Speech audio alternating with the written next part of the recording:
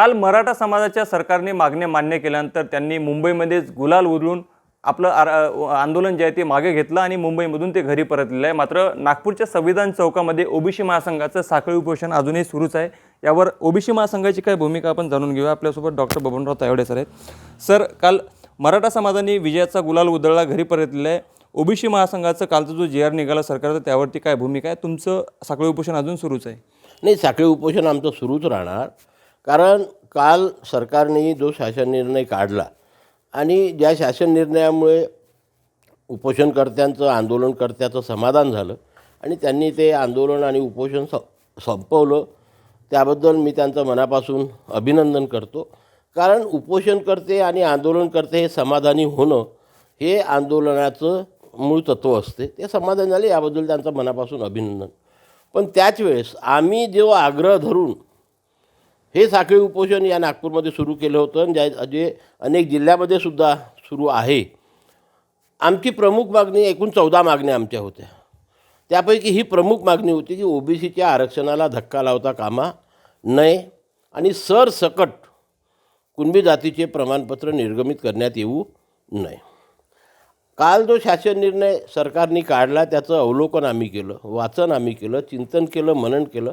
आम्ही सर्व पदाधिकारी, काही कायदेतज्ञ आणि काही आमचे हितचिंतक, अभ्यासू हितचिंतक, हे केल्यानंतर त्याची ओळणवळ वाचल्यावर हा शासन निर्णय ज्या विनिमयाच्या 2000, 2012 आणि 2024च्या आधारे काढण्यात आलेला आहे त्याच्याशी जोडून वाचावा लागेल, स्वतंत्र वाचून होणार नाही। आणि मग याच्यामध्ये काय म्हटलेलं आहे की जर एखाद्या मराठा जातीच्या व्यक्तीला मराठा कुणबी किंवा कुणबी मराठा जातीचं जात प्रमाणपत्र पाहिजे असेल आणि त्या व्यक्तीच्या वंशावळीतील, आता वंशावळ आपल्याकडे वडिलोपार्जित पद्धतीने बनते, त्या वंशावळीतील नात्यातील कुठल्या तरी व्यक्तीकडे कुणबी जातीचं प्रमाणपत्र असेल आणि तो नातेवाईक तशा प्रकारचं प्रतिज्ञापत्र लिहून देत असेल की या वंशावळीतील या नातेसंबंधामध्ये ही व्यक्ती येते आणि तो माझा नातेवाईक आहे आणि माझ्याकडे कुणबी जातीचं प्रमाणपत्र आहे, म्हणून या नातेवाईकाला सुद्धा कुणबी जातीचं प्रमाणपत्र देण्यात यावं, अशा प्रकारचं प्रतिज्ञापत्र दिल्यावरच ती व्यक्ती अर्ज करू शकेल। पहिला इथे आहे।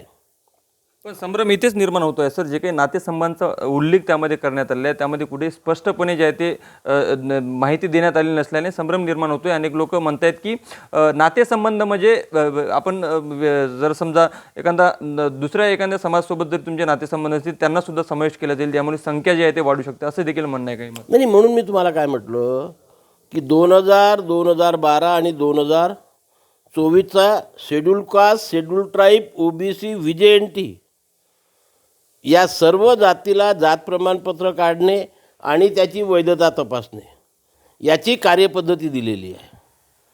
त्या कार्यपद्धतीमध्ये बसत असेल, वंशावळीनुसार ते नातं जुळत असेल, वंशावळ कोणा आपल्याकडे वडिलोपार्जित पद्धतीची होत असते, नातं जुळत असेल तरच तो अर्ज करू शकेल।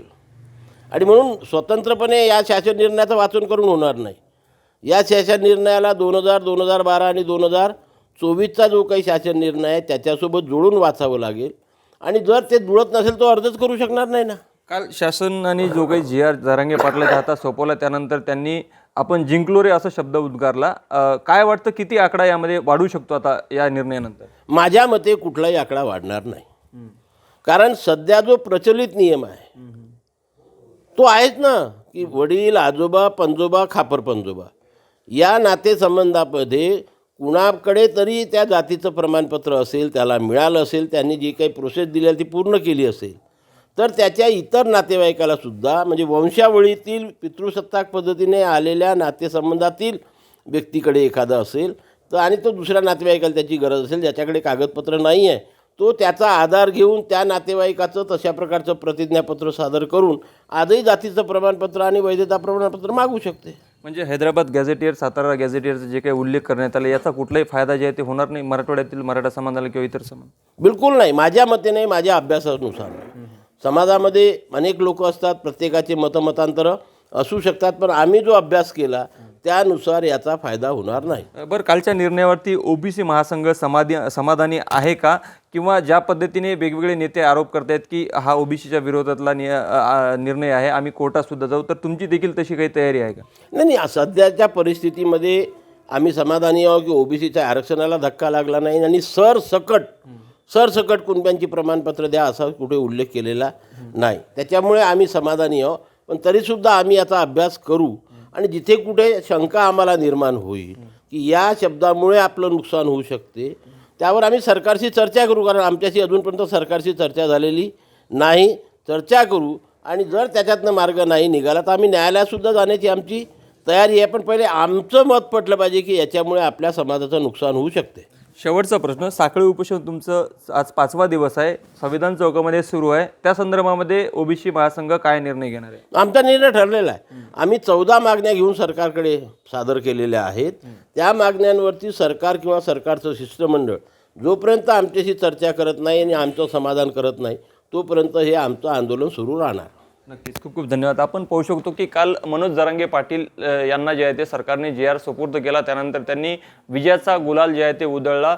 मात्र यावर ओबीसी महासंघाने जे आहे ते प्रतिक्रिया देताना म्हटलेलं आहे याचा कुठलाही फायदा जे आहे ते मराठा समाजाला होणार नाही. मात्र आमचं जे काही साखळी उपोषण आहे त्यामध्ये जवळपास 14 मागण्या आम्ही सरकारकडे केल्या होत्या, त्यापैकी एक मागणी जी आहे त्यामध्ये आमचं समाधान आहे. मात्र त्यावर देखील ते कायदेशीर सल्ला घेतील, त्यानंतर ते निर्णय घेतीलच. मात्र सरकारने इतर मागण्यासाठी सुद्धा त्यांच्या आंदोलनस्थळी भेट द्यावी आणि त्यांच्या मागण्या मान्य कराव्या, त्यानंतर ते साखळी उपोषण मागे घेतील अशी प्रतिक्रिया त्यांनी लोकशाही मराठीसोबत बोलताना दिली आहे.